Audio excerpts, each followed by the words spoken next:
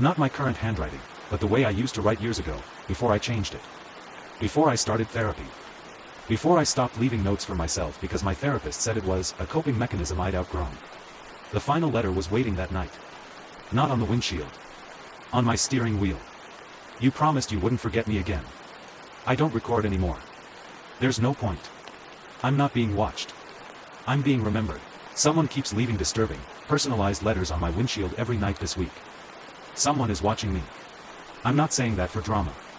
I'm saying it because every night this week, when I walk out to my car, there's a letter tucked under my windshield wiper. Same place. Same neat handwriting. Same cheap white paper, folded perfectly in half. The first one said, "You parked crooked again." That didn't scare me. It annoyed me. Anyone could have seen that. The second one came the next morning. "You forgot to lock the door last night." That's when I started checking my mirrors before getting into the car. By the third letter, I stopped sleeping.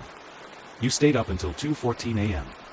You kept replaying that voicemail you never deleted. No one knows about that voicemail." I started recording myself after that, talking to the camera, documenting everything. I thought if I treated this like a problem to solve, the fear wouldn't swallow me whole. I analyzed the paper. The ink. The phrasing.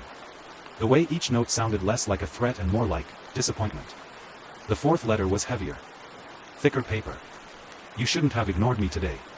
I didn't call the police. I didn't tell friends." Because how do you explain that the person stalking you knows your routines, your thoughts, your silences? By the sixth day, the notes stopped pretending to be polite. "I don't like when you lie about being okay."